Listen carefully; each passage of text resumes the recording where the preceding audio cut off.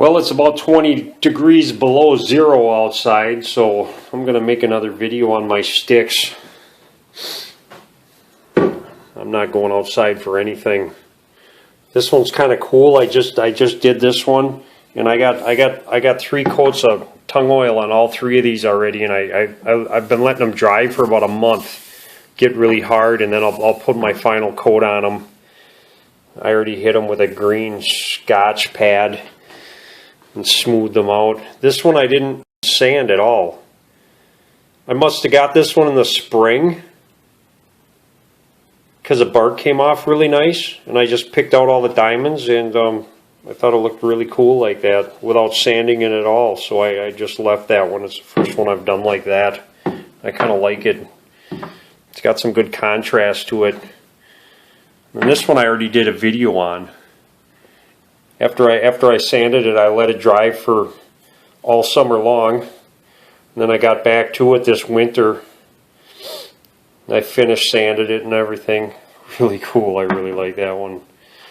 And this one I just did. I just got done picking this one this morning. I spent about a month picking all the diamonds out of this one. I think when I counted it, it had like 34 diamonds on it. So I just left it sit on my kitchen table and just picked them out once in a while when I felt like it, and yeah, it took about a month to get all the diamonds picked out. This one I don't think I'm going to sand either. I'm just going to lightly sand all the burrs and stuff off of it, and I think I'm going to coat it. I think I'm going to coat this one with varathane. I bought a can of varathane for fun. I guess some people like that shiny stuff, so I'm going to try it with this one, see what it looks like. Should be pretty cool. The reason why I'm doing this video is because a friend of mine was asking about trekking poles. He said he was talking to somebody, and he's wondering if he could make a trekking pole out of Diamond Willow, and heck yeah, you can. This is my favorite stick. I use this one more than any I've ever had. I've probably put over 100 miles of walking on this, going down the North Shore Trail and a few other places. The thing you want to look for when you're making, if you ever think about making a trekking pole, this is the only one I've ever heard of or ever seen. One of the reasons why I really like them is because they're really flexible, so they take up a lot of shock. They're really comfortable. It's not like the straight carbon or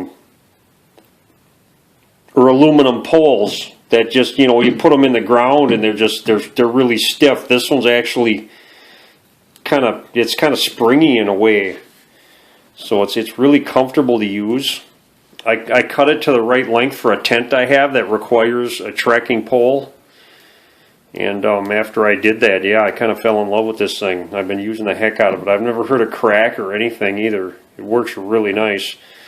If you want to make one out of a trekking pole, what I look for is, when you find the stick, it's going to be upside down like this.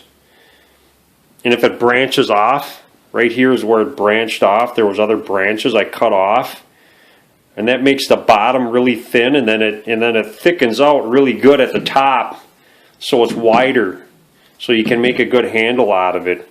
If you don't find one that branches off, it's just going to be too thin at the top, and then you got to figure out a way to put a fat handle on it. And I got a few of them like that, and I can't figure out what to use for a handle.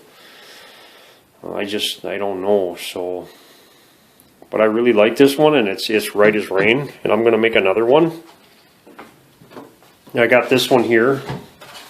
I've been letting sit for about a year, and I straightened it out in my steam bender. I don't know, after it dried, it kind of bent a little bit again. I might try to straighten it again one more time. But yeah, see, it branches off, so I got a nice big fat handle to work with, which is really cool. And I just go on eBay and I get these, the trekking pole bottoms.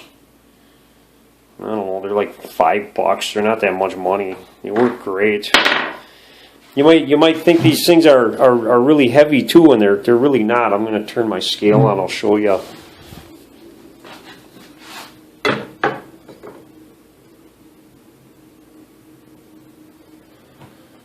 Like this one here, it's 9.85 ounces, which is about It's about the same weight as an aluminum trekking pole.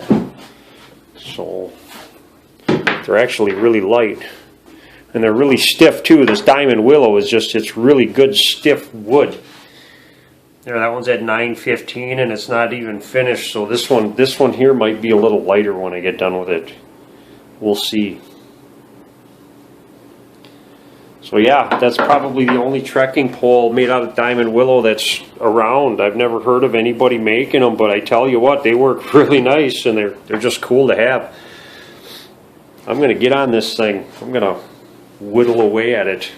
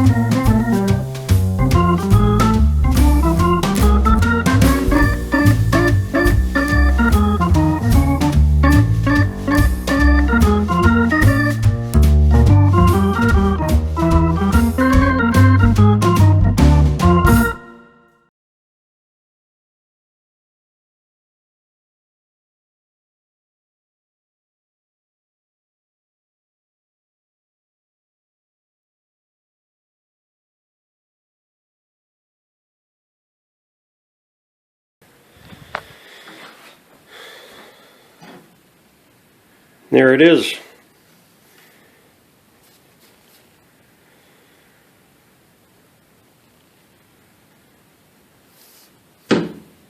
A trekking pole. Very nice. I'm probably going to Gorilla Glue this after I get done finishing it. Let's see how much it weighs.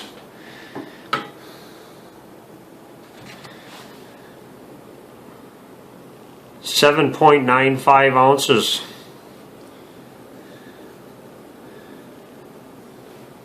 Wow. Okay, there it is. Okay, bye.